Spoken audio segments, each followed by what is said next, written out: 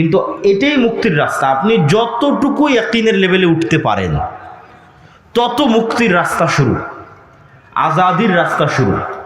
যতখানি আপনার গায়েবের উপর ঈমান বাড়তে থাকবে ততখানি আপনার আজাদির রাস্তা শুরু হবে। যেমন ঈসা আলাইহিস সালাতু ওয়াস সালামের ক্ষেত্রে আল্লাহ কোন গায়েবটা উন্মোচন করে দিয়েছিলেন? আপনারা কোনোদিন মরা মানুষকে জীবিত হতে দেখেছেন? দেখেননি।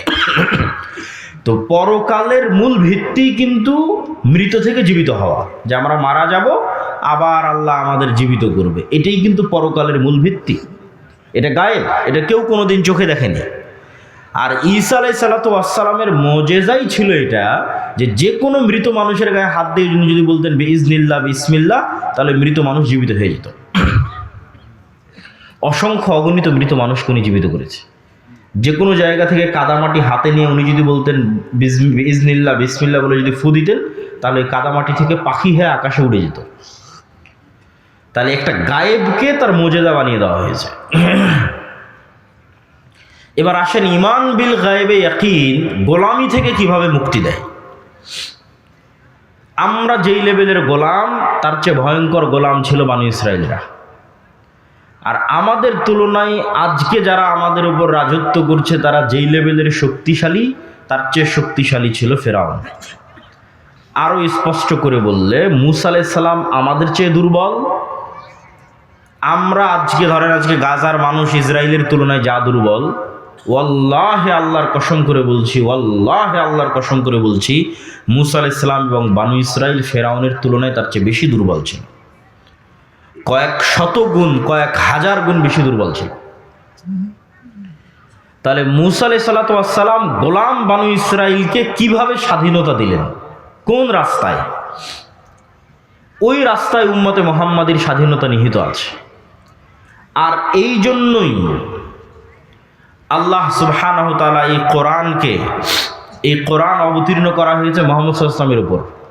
আর কোরআন পরিপূর্ণ হয়ে আছে বনী ইসরাইলের ঘটনায়, মূসার ফেরাউনের ঘটনায়। তাহলে কোরআন অবতীর্ণ হলো আমাদের উপর, আর গল্প বলা আছে কাদের?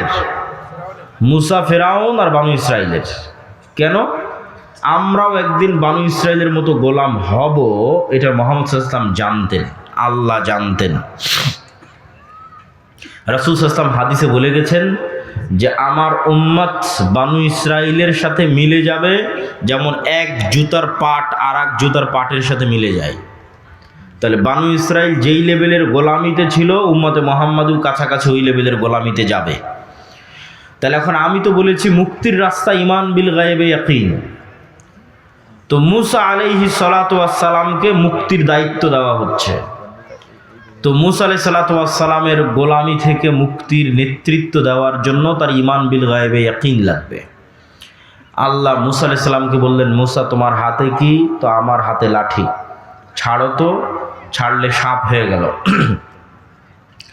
আল্লাহ মূসা আলাইহিস সালামকে বললেন না যে আমি জান্নাত বা আসমান থেকে একটা স্পেশাল লাঠি এনেছি, এই স্পেশাল লাঠি তোমাকে গিফট হিসেবে দিচ্ছি, উপহার হিসেবে দিচ্ছি, হাদিয়া হিসেবে দিচ্ছি, এটা ছাড়লে সাপ হয়। যদি আল্লাহ জান্নাত এবং আসমান থেকে স্পেশাল লাঠি দিতেন, এটা সাপ হতেই পারে। কিন্তু যেই লাঠি মূসা আলাইহিস সালাম ব্যবহার করে আসতেছে, ধরেন আপনি এই মোবাইলটা 5 বছর থেকে ব্যবহার করে আসতেছেন, আপনার নিজের ব্যবহার করা মোবাইল আপনার সামনে সাপ হয়ে যাচ্ছে। জাদুকররা যেই লাঠি এবং যেই দড়ি ছেড়েছিল সেগুলো সাপ হয়েছিল। হাজার হাজার জাদুকরকে জমা করেছিল ফেরাউন। তো তাদের লাঠি সাপ হওয়ার পরেও, তাদের দড়ি সাপ হওয়ার পরেও তারা আল্লাহর সামনে সিজদায় পড়ে গেছিল। তার কারণ হচ্ছে, আজকেও যদি আপনি কোনো পার্কে যান, তাহলে আপনাকে 3D অ্যানিমেশন দিয়ে এবং উন্নত প্রযুক্তির ফটোগ্রাফি দিয়ে এবং উন্নত প্রযুক্তির চশমা দিয়ে এমনভাবে ডাইনোসর এবং সাপ দেখানো সম্ভব যেন স্ক্রিন থেকে বের হয়ে এসে আপনাকে ছোবল মারতেছে। আপনি তখন ভয় পেয়ে যাবেন যে আরে সত্যি তো মানে সাপ এসে আমাকে ছোবল মারতেছে। তো আজকে যেমন 3D প্রযুক্তি দিয়ে সাপের মতো আকৃতি বানিয়ে আপনাকে ভয় দেখানো যাচ্ছে, এই রকমই কোনো জাদুকরী প্রযুক্তি ব্যবহার করে তারা চোখের সামনে দড়ি এবং লাঠিগুলোকে সাপ বানিয়ে দিয়েছিল। কোনো জাদুকরী প্রযুক্তি ব্যবহার করে। কিন্তু এই টিভি স্ক্রিন থেকে 3D অ্যানিমেশনের সাপ যেমন বাস্তব সাপ নয়, জাদুকরদের ওই দড়ি আর লাঠিগুলো বাস্তব সাপ ছিল না। আর মুসা আলাইহিস সালামের লাঠিটা যখন সাপ হয়ে গেছে, তখন আপনাদের বাড়িতে, বিলে, পুকুরে, নদীতে আল্লাহর সৃষ্টি করা যে আস্ত জ্যান্ত সাপ আছে, ওই আস্ত জ্যান্ত সাপে রূপান্তরিত হয়ে গেছে, যেটা আজকের এই আধুনিক বিজ্ঞানও সম্ভব নয়। যে আজকের আধুনিক বিজ্ঞানেও আমি বিজ্ঞান দিয়ে এই টিস্যুটাকে এখন আস্ত জীবন্ত জ্যান্ত সাপে বানিয়ে দেবো, এটা সম্ভব না। এটাকে ডিজাইন করে 3D করে চেঞ্জ করে মানুষের চোখের সামনে সাপ হিসেবে দেখাইতে পারে, স্ক্রিনে, চশমায়। কিন্তু আস্ত এটা সাপ হয়ে যাবে যে সাপ পুকুরে ঘুরতেছে, এটা বিজ্ঞানের পক্ষে সম্ভব নয়, এটা জাদুর পক্ষে সম্ভব নয়। কিন্তু মুসা আলাইহিস সালামের যেটা হয়ে গেছে ওটা বাস্তব আস্ত, এই জন্য জাদুকরেরা সব সিজদায় পড়ে গেছে। তো মুসা আলাইহিস সালাম যখন এই দৃশ্য দেখলেন, তখন উনি একটা বাক্যের উপর ঈমান আনলেন, যে বাক্যটা ঈমান বিল গায়বে, ইয়াকিন থাকলে ঈমান আনা সম্ভব, না থাকলে সম্ভব নয়। সেই বাক্য হচ্ছে লা হাওলা ওয়ালা কুওয়াতা ইল্লা বিল্লাহ। মুসা আলাইহিস সালাম যখন এই দৃশ্য দেখলেন, দেখে ওনার অন্তরে এই বিশ্বাস তৈরি হলো যে আল্লাহর শক্তির তুলনায় ফেরাউনের শক্তি অনেক কম না, আল্লাহর শক্তির তুলনায় ফেরাউনের শক্তি দুর্বল, জি না, আল্লাহ অনেক বেশি শক্তিশালী, ফেরাউন একটু কম শক্তিশালী না। মুসা আলাইহিস সালামের অন্তরে এই বিশ্বাস তৈরি হলো যে আল্লাহর শক্তির সামনে ফেরাউনের শক্তি সমান জিরো। বলেন আল্লাহু আকবার। এটা এই বাক্যের অর্থ, লা হাওলা ওয়ালা কুওয়াতা ইল্লা বিল্লাহ। এই বাক্যের অর্থ হচ্ছে এটা। এই লেভেলের যতক্ষণ ঈমান না উঠবে, ততক্ষণ গোলামি থেকে মুক্তি হবে না। মুসা আলাইহিস সালামের পক্ষে ফেরাউনকে পরাজিত করা তো বহু দূরের কথা, ফেরাউনের সামনে গিয়ে দাঁড়াবে এটা অসম্ভব, এটা পৃথিবীর হিস্ট্রিতে অসম্ভব। কেন? আপনাকে উদাহরণ দিলে বুঝবেন। ধরেন আপনার এই রংপুর, মিঠাপুকুর, পীরগঞ্জ, এখানকার একটা কৃষকের ছেলে, যার বয়স 25 বা 30 বছর, আবু সাইদদের মতো, তাকে আমি বলছি তুমি যাও, আমেরিকার প্রেসিডেন্ট ডোনাল্ড ট্রাম্পকে তোমাকে দাওয়াত দিতে হবে। এমতো অবস্থায় এই কৃষকের ছেলেকে আমি বলছি, যখন সে আমেরিকার আদালত থেকে মৃত্যুদণ্ডপ্রাপ্ত আসামি হওয়ার কারণে পলাতক, পালিয়ে নিজের এলাকায় না, পালিয়ে ভিন্ন কোনো শহরে, ধরেন দিল্লিতে, করাচিতে, দুবাইয়ে, তো অনেক পলাতক আসামি তো আলিশান আছে, কিন্তু এই পলাতক ব্যক্তি মানুষের বাড়িতে কাজ করে খাচ্ছে। তো যেই মুহূর্তে ও পলাতক অবস্থায় ভিন্ন শহরে মানুষের বাড়িতে কাজ করে খাচ্ছে, সেই মুহূর্তে তাকে বলা হচ্ছে তুমি যাও আমেরিকায়, যেখানে গেলে তার ফাঁসি হবে, গিয়ে ওই আমেরিকার বাদশাকে গিয়ে তুমি দাওয়াত দাও। শুধু কি তাই? এতটুকু কি অমিল? না, আরও একটা অমিল আছে। আপনাদের অন্তত ন্যাশনালিটি আছে, পাসপোর্ট আছে, আইডি কার্ড আছে, আশেপাশের পাড়া প্রতিবেশী, পরিচিত আত্মীয় স্বজন আছে। মুসা আলাইহিস সালাম এমন গোলাম জাতির সদস্য, এমন গোলাম কওমের মেম্বার, যার মা পরিচয় দিতে পারেনি যেটা আমার ছেলে, পরিচয় দিলে ইউযাব্বিহুনা আবনাআকুম ওয়া ইস্তাহয়ুনা নিসাআকুম ওয়া ফি যালিকুম বালাউম মির রাব্বিকুম আযীম। তাহলে আত্মীয় স্বজন, পাড়া প্রতিবেশী বলে কিছু নাই, সাহায্যকারী বলে কিছু নাই, গোলামই গোলাম। এত নিকৃষ্ট গোলামি পৃথিবীর হিস্ট্রিতে আর হয়নি। তাহলে কেমনে মুসা আলাইহিস সালাম সাহস করবে ফেরাউনের কাছে যেতে? মুসা আলাইহিস সালাম তো ফেরাউনের ভয়ে পালিয়েছে, বিজয় বহু পরে। দুনিয়ার কোনো লজিকে এটা সম্ভব নয় যে মুসা আলাইহিস সালাম ফেরাউনের দরবারে গিয়ে তাকে দাওয়াত দিবে। This is impossible. বিজয় বহু পরে। এই অসম্ভবকে সম্ভব করে দিল শুধু একটা মাত্র চাবিকাঠি, যে আল্লাহর শক্তির সামনে ফেরাউনের শক্তি জিরো। এইটার উপর ঈমান, ঈমান বিল গায়বে ইয়াকিন, গায়েব দেখা, গায়েব আল্লাহ দেখিয়ে দিল মুসা আলাইহিস সালামকে, যে তার হাতের লাঠিকে আল্লাহ যতবার ইচ্ছা ততবার সাপ বানিয়ে দিচ্ছে, তাও আবার চোখের ভেলকি নয়, বাস্তব নদীর, বিলের যে থাকা সাপ, সে বাস্তব সাপে পরিণত করে দিচ্ছে। তার মানে আল্লাহ সুবহানাহু ওয়া তাআলার সামনে কোনো কিছুই কিছু নয়। এই ইয়াকিন এবার তাকে সাহস দিচ্ছে ফেরাউনের দরবারে যেতে। তাহলে গোলামি থেকে মুক্তি চাইলে ঈমান বিল গায়েবে ইয়াকিন লাগবে, গায়েবে ইয়াকিন লাগবে। গায়েবে ইয়াকিন ছাড়া ইসলামের এবং মুসলমানদের বিজয় সম্ভব নয়। ধরেন আপনারা আমাকে পাশে, আপনাদের হয়তো ভবিষ্যতে উনি এমপি হবেন, তিনি বসে আছেন, ধরেন আপনারা আমাকে নির্বাচিত করে বাংলাদেশের প্রধানমন্ত্রী বানিয়ে দিলেন। আজকে আমি বাংলাদেশের প্রধানমন্ত্রী হিসেবে মনে করলাম শতভাগ ইসলাম বাংলাদেশে কায়েম করে দিব। শতভাগ ইসলাম কায়েম করার ঘোষণা দেওয়া, আর পাশের দেশ বলেন আর ওই দূরের পাশ্চাত্য দেশ বলেন সব অর্থনৈতিক অবরোধ দিয়ে দিবে, ডলার বন্ধ, বিজনেস বন্ধ, ঠিক আছে, ইলেকট্রিক সাপ্লাই বন্ধ, সব বন্ধ। তখন যে ফল ডাউনটা হবে অর্থনৈতিক, আপনি ধরেন এখন এসি ব্যবহার করছেন, ফ্রিজ ব্যবহার করছেন, ইলেকট্রিসিটি ব্যবহার করছেন, সব নাই, অন্ধকার যুগে চলে গেছেন। তাহলে এক সপ্তাহের মধ্যে আপনি বলবেন রাখো তোমার ইসলাম, এই ভাগাও আব্দুল্লাহকে, এর চেয়ে সেকুলারিজম ভালো। এটাই বাস্তব। তাহলে আপনি যদি চান যে না ইসলাম বিজয়ী হোক, অন্তত 20% মানুষ, 30% মানুষ, 40% মানুষ, 50% মানুষের ইমানটা লাগবে ইয়াকিনের স্তরে, নাহলে কোনো মায়ের বেটার পক্ষে সম্ভব নয় যে কিছু করবে। মানুষই মেরে তাড়িয়ে দেবে, অথবা যারা বলতেছে আমরা করব ওরা কম্প্রোমাইজ করবে, বাস্তবটা করবে না, ছাড় দিবে। বাস্তবটা করতে চাইলে দেশের মানুষের ঈমান বিল গায়বে ইয়াকিন লাগবে। আল্লাহ সূরা বুরুজে একটা ঘটনা উল্লেখ করেছেন যে ধরেন পীরগঞ্জের সব মানুষকে আজকে বলা হলো তোমরা যদি ঈমান না ছাড়ো তাহলে সামনে জ্বলন্ত আগুন আছে, এখানে ঝাঁপ দিতে হবে। এটাই কিন্তু সূরা বুরুজের ঘটনা। সূরা বুরুজে পুরো একটা এলাকার মানুষ মুসলমান হয়ে গেছে, বাদশাহ বলছে ইসলাম ত্যাগ না করলে সামনে আগুন জ্বালিয়ে রেখেছে, সব ওখানে ঝাঁপ দাও, নাহলে ইসলাম ত্যাগ করে ফিরে আসো। তো পুরো একটা জাতি ওই আগুনের মধ্যে স্বেচ্ছায় ঢুকছে আর জ্বলে মরে যাচ্ছে, ঢুকছে আর জ্বলে মরে যাচ্ছে। এমনকি মা তার কোলের সন্তান সহ আগুনের মধ্যে ঢুকে জ্বলে মরে গেল। তো ওদের কথা বর্ণনা করতে গিয়ে আল্লাহ কোরআনে বলছে ওয়ামা নাকামু মিনহুম ইল্লা আইয়ুমিনু বিল্লাহিল আজিজিল হামিদ, যে এই যে পুরো একটা এলাকাকে, পুরো পীরগঞ্জকে আগুনের মধ্যে জ্বালিয়ে দেওয়া হলো, এর একটাই কারণ যারা আল্লাহর উপর ঈমান এনেছিল। এটা সূরা বুরুজের ঘটনা। তাহলে আপনি এখন বলেন এই পুরো একটা এলাকা ওই আগুনের মধ্যে ঢুকে যাচ্ছে এবং জ্বলে পুড়ে মরে যাচ্ছে, এটা হওয়ার কোনো রাস্তা নাই যতক্ষণ না আপনার ঈমান এই লেভেলের হয় যে আমি যে আগুনে ঝাঁপ দিচ্ছি এই আগুনটা সাক্ষাৎ জান্নাত, বলেন আল্লাহু আকবার। আর আমার বাড়িতে যে এসি আছে, ফ্রিজ আছে, ফ্যান আছে, স্ত্রী পুত্র সন্তান আরামায়েশের জীবন আছে, ওইটা সাক্ষাৎ জাহান্নামের আগুন।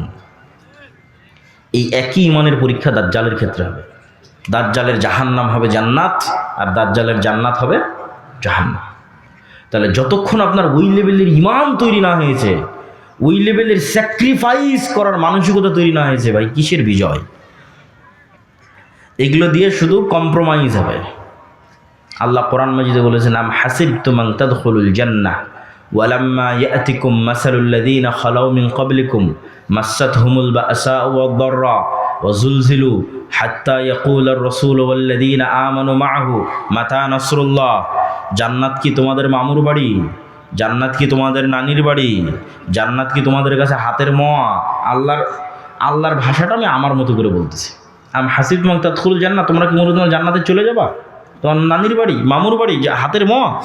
অথচ এখন পর্যন্ত ওই লেভেলের জুলুম তোমরা সহ্য করনি যেই লেভেলের জুলুম তোমাদের পূর্ববর্তীরা সহ্য করেছে, এমন পর্যায়ের জুলুম যে সেই জুলুমে তারা বলতে বাধ্য হয়েছে আল্লাহর নবী আল্লাহর সাহায্য কখন আসবে। ওই জুলুমের মধ্যে তো আমরা যাইনি, আর ওই জুলুম সহ্য করার ক্ষমতা আমাদের আছে? ওই লেভেলের ঈমান ছাড়া সহ্যের ক্ষমতা নাই। আপনি বলবেন দরকার নেই। পয়েন্ট নাম্বার 2, ঈমান বিল গায়বে ইয়াকিন ছাড়া মুসলমানদের বিজয় সম্ভব না। 1 নম্বর পয়েন্ট বুঝে গেলেন। পয়েন্ট নাম্বার 2, ইসলাম এবং মুসলমানদের বিজয়ের জন্য আল্লাহর সাহায্য জরুরি, ফুল স্টপ। আল্লাহর সাহায্য ছাড়া ইসলাম এবং মুসলমানদের বিজয় অতীতে কোনোদিন হয়নি, ভবিষ্যতে কোনোদিন হবে না। দুনিয়াবি কোনো রাস্তায়, শুধু দুনিয়াবি রাস্তায় আল্লাহর সাহায্য ছাড়া, শুধু দুনিয়াবি রাস্তায় ইসলাম এবং মুসলমানদের বিজয় হয় না, ফুল স্টপ। অতীতেও হয়নি, ভবিষ্যতেও হবে না। তাহলে আপনাকে জানতে হবে আমি যে রাস্তায় আছি এই রাস্তায় আল্লাহর সাহায্য আছে কিনা। যতক্ষণ আপনি আল্লাহর সাহায্য নিশ্চিত না করতে পারবেন ততক্ষণ আপনার দুনিয়াবী উপকার হতে পারে, ইসলাম প্রতিষ্ঠা হবে না, ইসলাম এবং মুসলমানদের উপকার হবে না, আপনার ব্যক্তিগত উপকার হতে পারে ওই পদ্ধতিতে, ওই রাস্তায়। তো আল্লাহর সাহায্য ছাড়া হয় না। দলিল একটা তো মুসা আলাইহিস সালামের ঘটনা আপনারা শুনলেনই। মুসা আলাইহিস সালাম যখন সমুদ্র পার হলেন তখন সিনাই মরুভূমি, এখনও আপনি গুগল ম্যাপে গেলে লোহিত সাগর পার হওয়ার পর ইসরায়েল এবং ফিলিস্তিন মুখে যখন যেতে থাকবেন, গাজা মুখে যখন যেতে থাকবেন, তখন সৌদি আরব, মিশর, ইসরায়েল, ফিলিস্তিন এই 3 দেশের মধ্যে বিশাল মরুভূমি, এখনও মরুভূমি, এর নাম হচ্ছে সিনাই মরুভূমি। এই সিনাই মরুভূমিতে মুসা আলাইহিস সালাম বানু ইসরায়েলদের নিয়ে ঘুরপাক খাচ্ছে। ওখানে তুর পাহাড় আছে, সিনাই মরুভূমি তুর পাহাড়ে, এই তুর পাহাড়ের আশেপাশেই ঘুরপাক খাচ্ছে। তো এদেরকে বলা হলো যে সামনে জেরুজালেম, এই জেরুজালেম তোমাদের বাপদাদার ভিটা, তোমরা যুদ্ধ করে বিজয় করো। কেন বাপদাদার ভিটা? ইব্রাহিমের ছেলে ইসহাক জেরুজালেমে থাকতো, ইসহাকের ছেলে ইয়াকুব জেরুজালেমে থাকতো, ইয়াকুবের ছেলে ইউসুফ এবং তার 11 ভাই এরাও জেরুজালেমে থাকতো, ফিলিস্তিনে। ইউসুফ যখন মিশরে চলে গেল, বাকি 11 ভাই এবং পিতা সহ মাতা সহ সবাই যখন মিশরে চলে গেল, তখন ফিলিস্তিন ছেড়ে দেয় মিশরে চলে গেল। মিশরে সরকারের পরিবর্তনের কারণে এরা গোলাম হয়ে গেল, ফেরাউন ক্ষমতায় আসলো, এরা গোলাম। এদের গোলামি চললো 300 বছর, 400 বছর। 300-400 বছর পর এদেরকে গোলামি থেকে মুক্তি দেওয়ার ব্যবস্থা আল্লাহ করতেছে মুসা আর হারুনের মাধ্যমে। এই মুসা আর হারুন ইব্রাহিমেরই সন্তান, ইসহাকেরই সন্তান, ইয়াকুবেরই সন্তান, ইউসুফ এবং তার 11 ভাইয়েরই সন্তান। তাহলে এদের বাপদাদার বাড়ি কোনটা হলো? জেরুজালেম। মিশরে তো ওরা পরে গেছিল। তো আল্লাহ বলছে ঠিক আছে, এখন তোমরা জেরুজালেমে যুদ্ধ করে বিজয় করো। তো বানু ইসরাইল বলছে ইন্না ফিহা কওমান জাব্বারিন, জেরুজালেমে 40 তলা 50 তলা দেহের অধিকারী মানুষের আছে, আর আমরা ওদের সামনে পিঁপড়ার সমপরিমাণ, আমরা কেমনে এদের সাথে যুদ্ধ করি? আমালেকা গোত্র। তো মুসা তুমি আর তোমার আল্লাহ গিয়ে যুদ্ধ করো, আমরা পারবো না। তখন 2 জন মানুষ যাদের ইমান বিল গায়েবে ইয়াকিন ছিল, তারা বলল আল্লাহ যেহেতু আদেশ করেছে যুদ্ধ করতে, আমরা যদি করি আমরা বিজয়ী হব। ওদের ইয়াকিন ছিল, গায়েবে ইয়াকিন ছিল। তার মধ্যে একজন ইউশা বিন নুন। কিন্তু অধিকাংশ মানুষ যুদ্ধ করতে রাজি না হয়, আল্লাহ তাদের আযাব দিল 40 বছরের, যে মরুভূমির মধ্যে ঘুরপাক খাও 40 বছর। 40 বছরের আযাবের মধ্যে মুসা আলাইহিস সালাম মারা গেল। নতুন নবী হলো ইউশা বিন নুন। ইউশা বিন নুন বানু ইসরায়েলকে বলল ভুল হয়েছে, যুদ্ধ করতে হবে, তওবা করো, চলো যুদ্ধ করি। তওবা ইস্তেগফার করে যুদ্ধ শুরু করলো। যুদ্ধে বিজয় আনতে আর 4-5 ঘন্টা যুদ্ধ করতে হবে, জয় জয় ভাব, কিন্তু এখনো জয় হয়নি। আর এদিকে সূর্য ডুবে যাচ্ছে, সূর্য আর আধা ঘন্টা 1 ঘন্টার মধ্যে ডুবে যাবে। শুক্রবারের দিন বিকেলবেলা, আর শনিবারে মুসা আলাইহিস সালামের দিনে যুদ্ধ নিষিদ্ধ। তাহলে যুদ্ধ আবার শুরু করতে হবে রবিবার। তো ইউশা বিন নুন দেখলেন যে আজকে যদি এক টানে এক ঝটকায় যুদ্ধ শেষ করে বিদায় না হতে পারি, তাহলে এই জয়ের মোমেন্টাম তৈরি করা কঠিন আছে। প্রতিটা জিনিসের একটা মোমেন্টাম থাকে, অতএব যুদ্ধ আজকেই শেষ করতে হবে। তো আজকে যুদ্ধ শেষ করার একটাই রাস্তা আছে, সেটা হচ্ছে সূর্যকে থামিয়ে দিতে হবে। কার মাথার মধ্যে এই বুদ্ধি আসতে পারে যে আজকে আমার যুদ্ধ বিজয়ের জন্য সূর্য থামাতে হবে? তাহলে কোন লেভেলের গায়েবে ইয়াকিন রাখতো ইউশা বিন নুন যে মাথার মধ্যে এই বুদ্ধি কাজ করতেছে যে এখন যুদ্ধ চালাবো, কাকে থামাতে হবে? সূর্যকে। তখন ইউশা বিন নুন আল্লাহকে বলতেছে, সূর্যের দিকে ইশারা করে, আল্লাহ আপনি সূর্য থামিয়ে দেন। তো বান্দার বিশ্বাস যেমন, আল্লাহর সহযোগিতা তেমন। সহিহ বুখারীর হাদিস, পৃথিবীর ইতিহাসে প্রথমবার আল্লাহ সূর্য থামিয়ে দিলেন। আল্লাহু আকবার, প্রথমবার। তাহলে এখানে ইউশা বিন নুন দুনিয়ার শক্তিতে বিজয় হচ্ছে না আল্লাহর সাহায্যে? আল্লাহর সাহায্যে। এই একই জেরুজালেম আবার 200-300 বছর পর দাউদ, সুলাইমান, তলুত তারা বিজয় করতেছে জালুতের বিরুদ্ধে। এটাও কোরআন থেকে বলবো। তো আল্লাহ বলল তোমরা যদি যুদ্ধ করতে চাও, সামনে যে নদী আছে এই নদী পানি পান না করে পার হতে হবে, সাঁতার কেটে। এটা পরীক্ষা। এই পরীক্ষায় যারা পাশ করবে তারা যুদ্ধ করবে। তো তো পানি পান না করে পার হয়েছে 300 প্লাস মাইনাস সামথিং মানুষ, মাত্র 300। এই 300 মানুষ পার হওয়ার পর দেখছে যে জালুতের লক্ষ বাহিনী। তো লক্ষ বাহিনীর সামনে 300 মানুষ দাঁড়ানোর কোনো রাস্তা আছে? কোরআনের আয়াত, এই 300 মানুষের একদল মানুষ বলছে, কোরআনের আয়াত, লা তাকাতা লানাল ইয়াউমা বিজালুত ওয়া জুনুদিহি। আরে আজকে কিসের যুদ্ধ হবে? লক্ষাধিক মানুষের সাথে 300 মানুষের আবার যুদ্ধ কিসের? আমাদের তো কোনো শক্তি নেই, যুদ্ধ সম্ভব নয়। আবার আর একদল মানুষ বলতেছে, তাদের কথাও আল্লাহ কোরআনে তুলে ধরেছে, কাম মিন ফিআতিন কালিলাতিন গালাবাত ফিআতান কাসীরাতাম বিইজনিল্লাহ। কত দুর্বল মানুষকে আল্লাহ কত শক্তিশালী মানুষের উপর বিজয় দিয়েছে আল্লাহর সাহায্যে। বলেন আল্লাহু আকবার।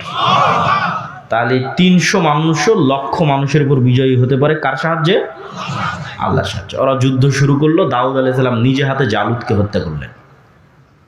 দলিল নাম্বার 3, এটা শেষ দলিল, যে আল্লাহর সাহায্য ছাড়া বিজয় সম্ভব নয়।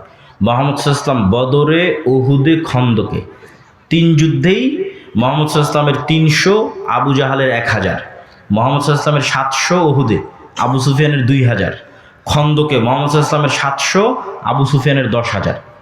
বদর, উহুদে তো মুহাম্মদ সাল্লাল্লাহু আলাইহি ওয়াসাল্লাম দুর্বল ছিলই, কিন্তু খন্দকে অসম্ভব। খন্দকে 10,000 সমান 700, 1000। তার মধ্যে আবার 300-400 মুনাফিক, তার মধ্যে আবার 3টা ইহুদি গোত্র, বানু কুরাইজা, বানু কায়নুকা, বানু নাজির। এরা তলে তলে বাইরের কাফের মুশরিকদের সাথে ওয়াদা দিয়ে রেখেছে, কোনো মতে মুহাম্মদকে ফালাও, আমরা তোমাদের সাথে আছি। তাহলে মুহাম্মদ সাল্লাল্লাহু আলাইহি ওয়াসাল্লাম মাত্র 500-700 মানুষ, আর বাইরে ঘেরাও করে আছে 10,000। বদরে এবং উহুদে একত্রিত হয়েছিল শুধু মক্কার মানুষ, আর খন্দকের দিন একত্রিত হয়েছে পুরো সৌদি আরবে, পুরো আরবে যত গোত্র উপগোত্র আছে সবাই একত্রিত হয়েছে, মদিনাকে মাটির সাথে মিশিয়ে দিতে হবে। মুহাম্মদ সাল্লাল্লাহু আলাইহি ওয়াসাল্লামের জীবনের সবচেয়ে করুণ এবং অসহায় সময় 2টা। তায়েফেও মুহাম্মদ সাল্লাল্লাহু আলাইহি ওয়াসাল্লাম এত অসহায় নয়, 2টা সময় সবচেয়ে অসহায়। একটা খন্দকের যুদ্ধের 1 মাস, আর একটা হচ্ছে আবু তালেবের সাথে শিয়াবে আবু তালেবে গৃহবন্দী অবস্থায় যে 3 জীবনের যত ঘটনা দেখেন, পেটে পাথর বাঁধা, ক্ষুধার যন্ত্রণায়, সাহাবীদের খাবার নাই, এগুলো সব খন্দকের যুদ্ধের ঘটনা। এর চেয়ে করুণ ঘটনা মুহাম্মদ সাল্লাল্লাহু আলাইহি ওয়াসাল্লামের লাইফে আর পার হয়নি। তাহলে বদর, উহুদ, খন্দকে মুহাম্মদ সাল্লাল্লাহু আলাইহি ওয়াসাল্লামের কোনো রাস্তা নাই যে দুনিয়াবি লজিকে উনি বিজয়ী হতে পারে।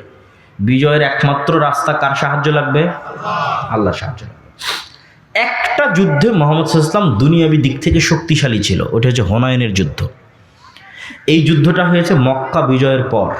তো মক্কা বিজয় করে তো এমনি কনফিডেন্স লেভেল হাই, সাহাবীদের কনফিডেন্স এমনি হাই, যে যেই মক্কা থেকে আমাদের বের করে দেওয়া হয়েছিল সেই মক্কা আজকে আমরা বিজয় করে নিয়েছি। তাহলে তো এমনি আত্মবিশ্বাস টপ লেভেলে। তার উপর আবার যুদ্ধের মাঠে গিয়ে দেখছে 12,000 মুজাহিদ। হুনাইনের যুদ্ধে সাহাবী 12,000। কোথায় 300 জন নিয়ে যুদ্ধ করেছে, 700 জন নিয়ে যুদ্ধ করেছে, 1000 জন নিয়ে যুদ্ধ করেছে, আর কোথায় 12,000। তো একে তো মক্কা বিজয় করে এসেছে, আর একে তো 12,000 মানুষ। আত্মবিশ্বাস টপ লেভেলে। বদর, উহুদ, খন্দকে যেহেতু দুর্বল ছিল, ভরসা ছিল আল্লাহর উপর। হুনাইনে দেখছে নিজেরাই সব, তখন নিজের উপর ভরসা। যুদ্ধ শুরু হওয়ার আধা ঘন্টার মধ্যে সব সাহাবী পালাচ্ছে আল্লাহর নবীর সামনে দিয়ে। পালানো শুরু। মুহাম্মদ সাল্লাল্লাহু আলাইহি ওয়াসাল্লাম অবস্থা বেগতিক দেখে ঘোড়া থেকে লাফ দিয়ে ভাষণ দেওয়া শুরু করলেন। আর ওনার চাচার খুব উঁচু আওয়াজ ছিল, মাইকের মতো। তো চাচা আব্বাসকে ডাক দিয়ে বললেন, আমি যা বলছি আপনি চিল্লিয়ে চিল্লিয়ে মানুষকে বলেন। তাহলে কি বোঝা গেল? মুহাম্মদ সাল্লাল্লাহু আলাইহি ওয়াসাল্লামের জীবদ্দশায় উনি জীবিত থাকতে, উনি যেই যুদ্ধে নিজে স্বয়ং উপস্থিত আছে, সেই যুদ্ধে দুনিয়ার শক্তিতে বিজয় হচ্ছে না। বুঝেন না মানে আমার কথা? দুনিয়ার শক্তিতে পাওয়ারফুল, বিজয় হচ্ছে না। তাহলে নবীর জীবদ্দশায় কার সাহায্য ছাড়া বিজয় হচ্ছে না? দুনিয়ার শক্তি আছে তাও হচ্ছে না। কার সাহায্য লাগতেছে? আল্লাহর সাহায্য। আপনি যদি পারমাণবিক অস্ত্রেরও মালিক হয়ে যান, বিশ্বাস করেন আল্লাহর সাহায্য যদি না থাকে, ইসলাম এবং মুসলমানদের বিজয় সম্ভব নয়। তাহলে ফার্স্ট শর্ত পূরণ করতে হবে কার সাহায্য? আল্লাহর সাহায্য দুনিয়াতে কিভাবে আসে? আল্লাহর সাহায্য পৃথিবীতে নেমে নিয়ে আসার টেকনোলজি কি, সিস্টেম কি, পদ্ধতি কি, কোন টেকনোলজি ইউজ করলে আসমানি সহযোগিতা পৃথিবীতে নামে? তার একটা টেকনোলজি হচ্ছে সৎ আমল। সৎ আমলের মধ্যে সবচেয়ে পাওয়ারফুল হচ্ছে সালাত। সালাতের মধ্যে সবচেয়ে পাওয়ারফুল হচ্ছে রাতের সালাত। বুঝেন? তাহলে আসমান থেকে সহযোগিতা দুনিয়াতে নেমে আসবে, তার সবচেয়ে পাওয়ারফুল ওয়ে হচ্ছে রাতের সালাত। বদরের যুদ্ধের আগের দিন মুহাম্মদ সাল্লাল্লাহু আলাইহি ওয়াসাল্লাম এত লম্বা রাতের সালাত, বদরের যুদ্ধের দিন তার তাঁবুর মধ্যে খিমার মধ্যে হাত উঁচু করে এমন দোয়া, চোখের অঝোর ধারা পানি, যে আবু বকর রাদিয়াল্লাহু তাআলা আনহু পর্যন্ত ক্লান্ত হয়ে গেছে যে আরে আপনি তো নবী, আপনার কাছে সবসময় জিবরাইল আসে, আল্লাহ তো আপনাকে বিজয়ী করবেই, এত লম্বা রাতের সালাতের কি দরকার? এত লম্বা দোয়ার কি দরকার? কিন্তু আপনি নিশ্চিত জেনে রাখেন যে আমি যতটুকু জানি, আপনি যতটুকু জানেন, তার চেয়ে মুহাম্মদ সাল্লাল্লাহু আলাইহি ওয়াসাল্লাম হাজার গুণ বেশি জানে যে আল্লাহর সাহায্য ছাড়া বদরে বিজয় সম্ভব নয়। ঠিক আমার এবং আপনার চেয়ে মুহাম্মদ সাল্লাল্লাহু আলাইহি ওয়াসাল্লাম আরও লক্ষ কোটি গুণ বেশি জানে যে আল্লাহর সাহায্য পৃথিবীতে আনার রাস্তা হচ্ছে সালাত, সালাতের মধ্যে রাতের সালাত।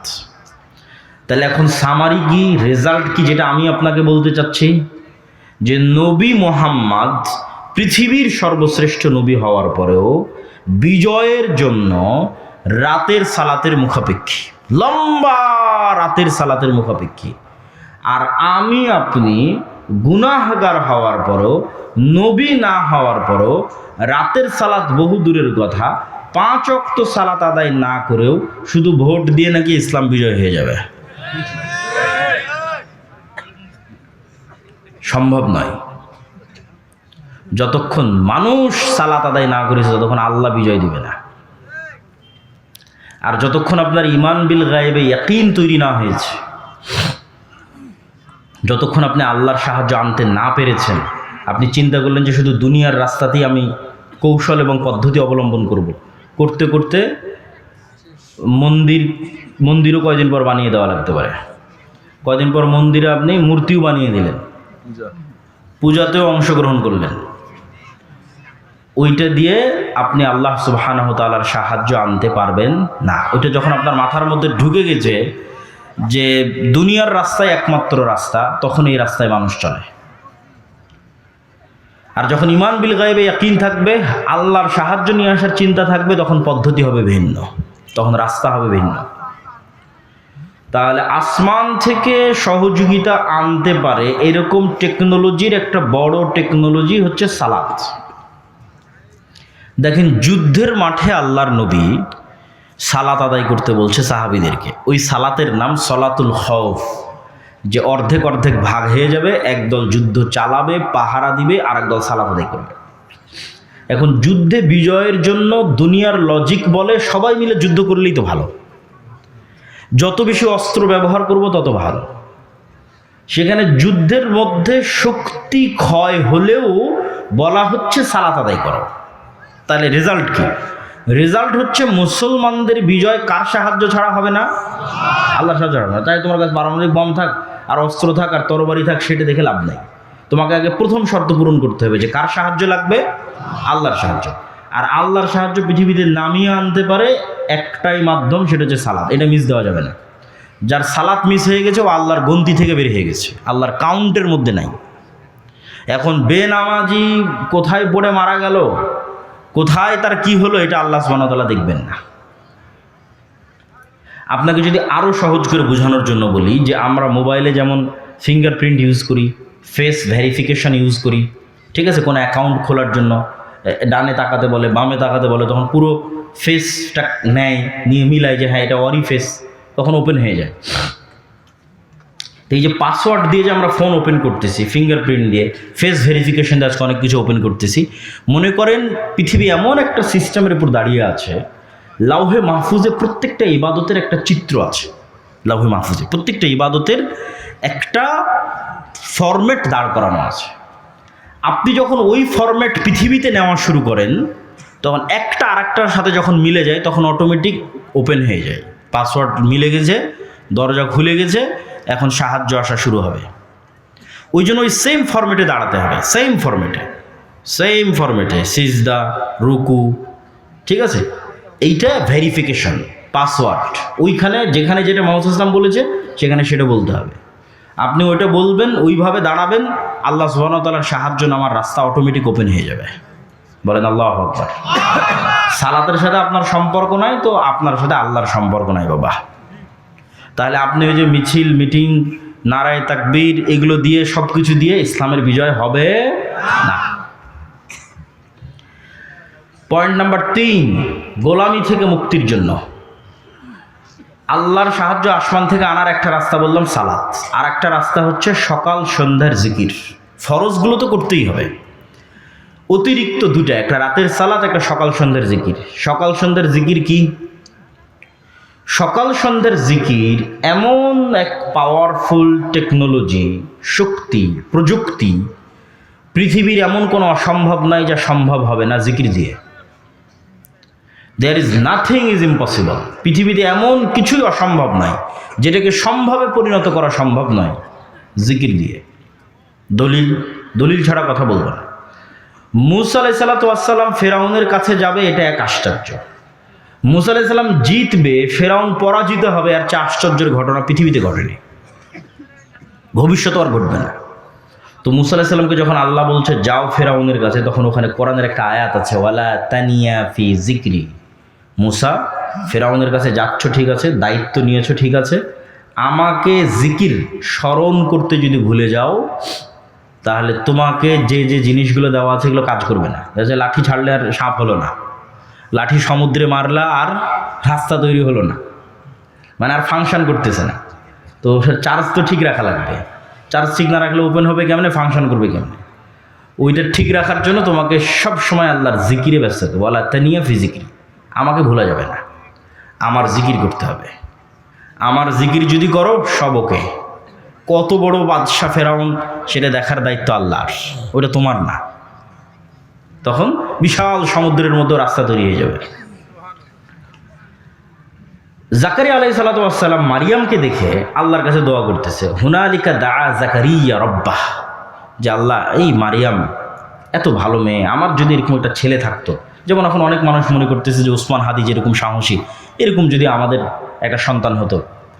তো আল্লাহর সাথে সাথে জাকারিয়া আলাইহিস সালামকে বললেন ঠিক আছে তোমার সন্তান হবে।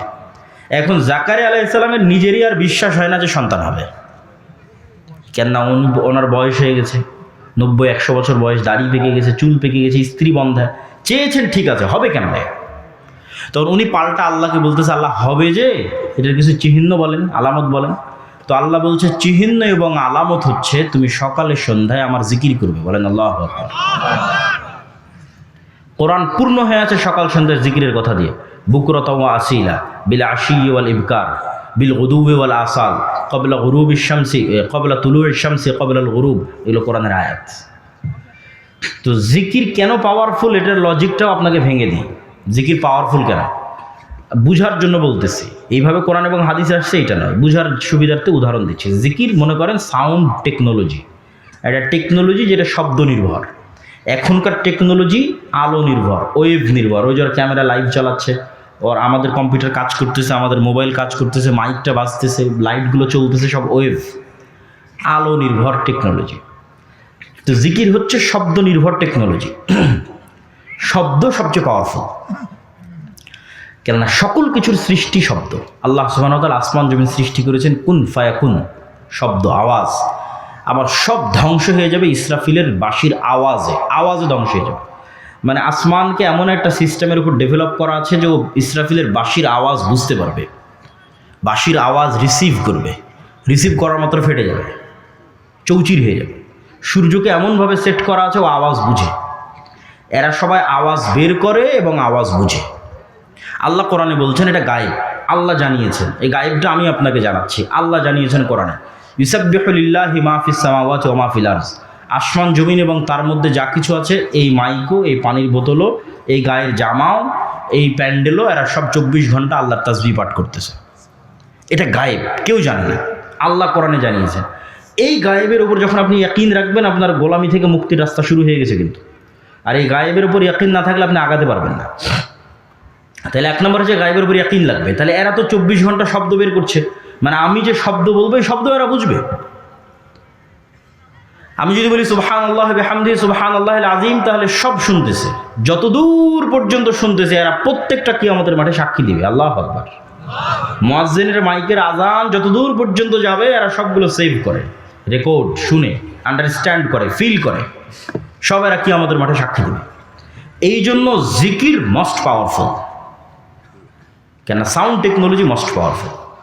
গোলামি থেকে আজাদির 4 নাম্বার রাস্তা, এবং এটা সবচেয়ে গুরুত্বপূর্ণ, আজকের আলোচনার সবচেয়ে গুরুত্বপূর্ণ পার্ট।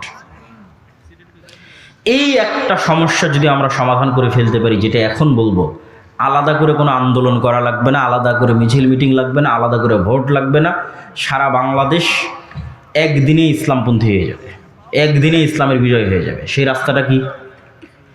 ইসলামের বিজয় মানে আপনি কি বুঝেন এটা আগে আপনাকে বুঝতে হবে। আপনি যদি মনে করেন ইসলামের বিজয় মানে এই পুরো পীরগঞ্জের মানুষ আজকে সবাই সালাত আদায় করবে, এই পুরো পীরগঞ্জের মহিলারা আজকে থেকে পর্দা করবে, তাহলে আপনি এখনো সঠিক বুঝটা অর্জন করতে পারেননি। ধরেন এই পুরো পীরগঞ্জের মানুষ সবাই মসজিদে আজকে আল ফজর থেকে সালাত আদায় করলো, এটাও ইসলাম এবং অনেক জরুরি কর্তব্য। আজকে থেকে সকল মহিলারা পর্দা করলো, কিন্তু এই নামাজি মানুষরাই, এই পর্দা করা মহিলারাই একজন আরেকজনের উপর জুলুম করে, একজন আরেকজনের টাকা মেরে খায়, একজন আরেকজনকে ধোঁকা দেয়, একজন আরেকজনকে মিথ্যা বলে। তাহলে কি এখানে ইসলাম প্রতিষ্ঠা হয়েছে? এইটা যেই দিন বুঝতে পারবেন সেই দিন বুঝবেন যে ইসলাম প্রতিষ্ঠা হওয়া মানে কি।